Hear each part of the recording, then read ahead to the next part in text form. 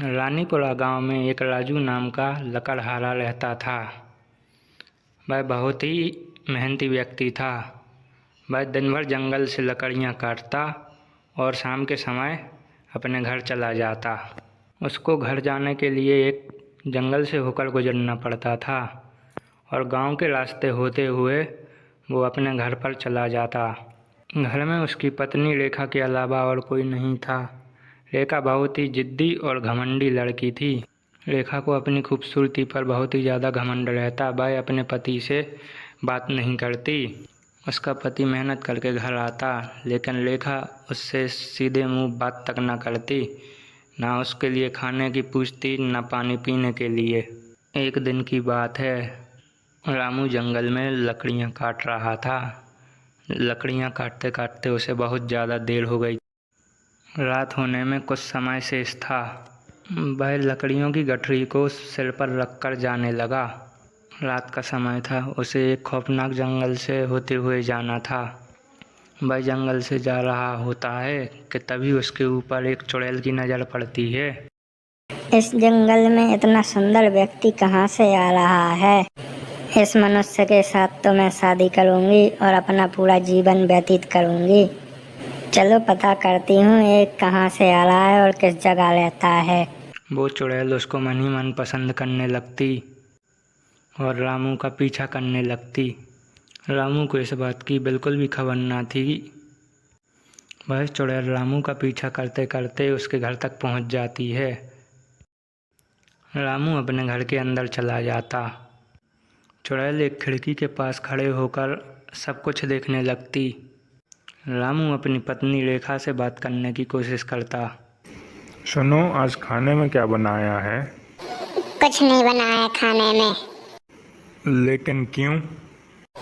मैं आपकी नौकर नहीं हूँ। अगर आपको भूख लगी है तो आप खुद खाना बना लीजिए। इतना सुनकर रामू बहुत दुखी हो जाता और वह उस रात भूखा ही सो जाता। चुड़ैल को ये सब देखकर रामू के लिए बहुत बुरा लगता। वह रामू की पत्नी को सबक सिखाने के बारे में सोचती और वापस जाकर जंगल में चली जाती।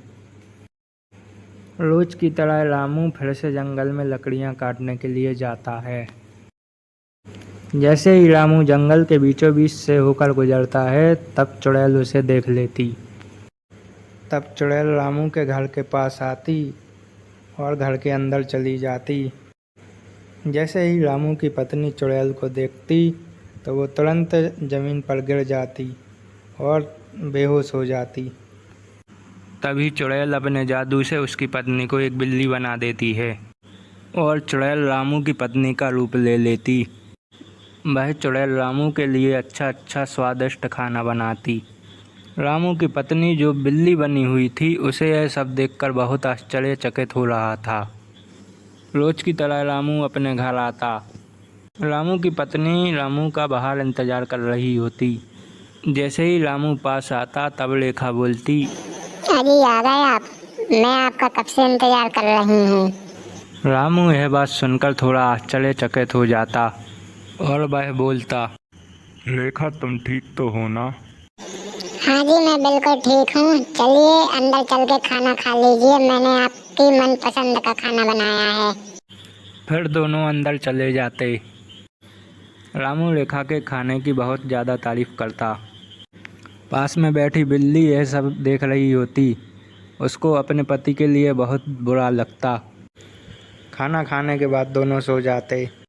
रात का समय होता। चुड़ैल अपने असली रूप में वापस आ जाती और वह घर के बाहर जाने लगती। वह चुड़ैल बिल्ली से कहती, तुम्हारा पति मेरे साथ बहुत खुश है। तुमने कभी अपने पति की अच्छाइयों को पहचाना ही नहीं। अब मैं तुम्हारे पति का हमेशा ख्याल रखूंगी। चुड़ैल की बात सुन के रामू की पत्नी को बहुत बुरा लगता और वह अपने पति को याद करने लगती। रामू की पत्नी का घमंड चकनाचूर हो जाता है और चुड़ैल रामू की पत्नी बनकर वापस सो जाती। अगली सुबह रामू वापस जंगल में लकड़ी काटने के लिए जाता कि तभी उसे याद आता कि वह अपनी कुल्हाड़ी लाना भूल गया। रामू वापस घर की ओर चला जाता। वो चुड़ैल खुद को एक आईने में देख रही होती है, तभी उसका पति रामू वहाँ आ जाता। रामू कहता है कि तुम कौन हो और मेरी पत्नी कहाँ है? मैं एक चुड़ैल हूँ और मैं तुमसे बहुत प्रेम करती हूँ। मैंने तुम्हारी पत्नी को एक बिल्ली बना दिया। तुमने ऐसा क्यों किया? मेरी पत्नी को वापस ठीक कर दो पहले जैसे। मैं ऐसा नहीं करूँगी, तुम्हारी पत्नी तुम्हारे लिए बहुत परेशान करती। मैं अपनी पत्नी से बहुत प्रेम करता हूँ, कृपया करके मेरी पत्नी को ठीक कर दीजिए। इतना सुनकर चुड़ैल रामू की पत्नी को ठीक कर देती और चुड़ैल वापस जंगल चली जाती। रामू और लेखा अब दोनों खुशी खुशी रहने लगते। श्यामपुर गांव में एक घर था जहां सालों से कोई नहीं रहता था, लेकिन उस घर के सामने गांव के सारे लोग अपने अपने घर से रोटियां लाकर रखते हैं और थोड़ी ही देर में वो रोटियां गायब हो जाती है। सबको ही पता होता है कि उस घर में जो चुड़ैल है वो रोटियां खाती है, क्योंकि जिस दिन भी उस घर में किसी घर से रोटी नहीं जाती, उस घर में अगले दिन से खाना नहीं बन पाता और अजीब अजीब सी आवाजें आती हैं। एक दिन एक परिवार गांव में नया आता है। परिवार में एक अम्मा और उनका बेटा मोहन रहता है। मोहन बाजार से जाकर खाना बनाने का सामान लेकर आ जा। ठीक है माँ, जाता हूँ। और मोहन सामान लेकर आता है और माँ खाना बनाने में जुट जाती है। वो लोग गांव में नए रहते हैं और उन्हें कोई बताता भी नहीं है कि उनको उस घर के सामने रोज रोटी रखना है। खाना बना देती है और मोहन और अम्मा खाना खाकर सो जाते हैं। दिन सुबह जब अम्मा खाना बनाने जाती है तो जैसे ही रोटी बनती है गायब हो जाती है और अजीब सी आवाजें आती हैं। मोहन, हाँ अम्मा, क्या हुआ? मैं रोटी बना रही हूँ और रोटियां गायब हो रही हैं और अजीब सी आवाजें आ रही हैं, जैसे कोई हंस रहा हो। ऐसा कैसे हो सकता है अम्मा? आप न मेरे सामने रोटी बनाओ, देखते हैं। जैसे ही अम्मा रोटी बनाती है रोटी गायब हो जाती है और हंसने की आवाज आती है। मोहन भी चौंक जाता है। दोनों घबरा जाते हैं और गांव के मंदिर में जाते हैं और पंडित से पूछते हैं कि उनके साथ ऐसा हो रहा है। बेटा, गांव के बीचों बीच एक घर बना है, रोज उस घर के सामने 2-4 रोटी सुबह शाम रख दिया करो, तुम्हारी परेशानी दूर हो जाएगी। और उस घर के सामने जाकर कहना कि खाना बनते ही रोटी सबसे पहले इस घर के सामने रख कर जाओगे। लेकिन पंडित जी, ऐसा क्यों? मोहन के पूछने पर पंडित जी बताते हैं कि बहुत समय पहले की बात है। इस घर में एक औरत रहती थी। उसके घर में खाने के लिए कुछ नहीं था और उसके पास कोई काम भी नहीं था, तो वह लोगों के घर से रोटियां चुरा लेती थी। एक दिन उसने सरपंच के घर से रोटी चुराए और सरपंच ने उसे ऐसा करते पकड़ लिया। इसके बाद सरपंच ने उसको सजा दी कि उसे कोई खाना नहीं देगा और उस घर में उसे बंद करवा दिया। उसकी उसी घर में मौत हो गई और उसके बाद वो चुड़ैल बन गई और तब से ही उसके घर के सामने सबको रोटी रखना पड़ती है। जो ऐसा नहीं करता उसको वह बहुत परेशान करती है। तो आप लोगों ने कुछ किया नहीं जिससे उसको इस योनि से मुक्ति मिल जाए? हमने बहुत कोशिश की, लेकिन वो इस गांव से जाने तैयार ही नहीं है। ठीक है पंडित जी। मोहन अम्मा को लेकर वहां से घर चला जाता है और घर जाकर पंडित जो कहता है वही मोहन करता है। अम्मा, आज अच्छा खाना बनाओ, पूरी, हलवा, खीर और सब्जी। आज कुछ है क्या बेटा? नहीं अम्मा, बस अब आप रोज अच्छा अच्छा खाना बनाइए कुछ दिन और मुझे एक थाली परोस कर दे दीजिए। ठीक है बेटा। अम्मा को कुछ नहीं समझ आता कि मोहन क्या कर रहा है।